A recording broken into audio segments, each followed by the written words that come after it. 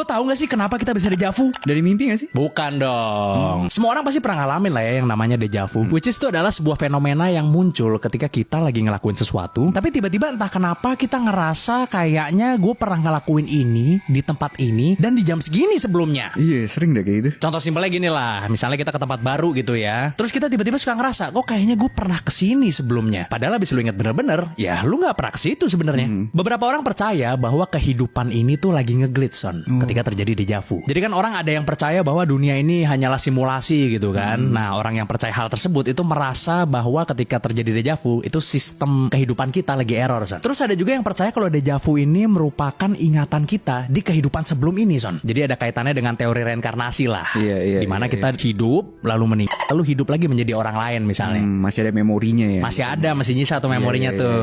Terus habis itu ada juga yang percaya kalau dejavu ini itu adalah titik di mana ingatan kita dengan diri kita di multiverse lainnya son. Itu bertemu. Jadi kita merasa kita pernah ngelakuin ini sebelumnya gitu. Padahal sebenarnya ya itu diri kita di multiverse lainnya katanya gitu son.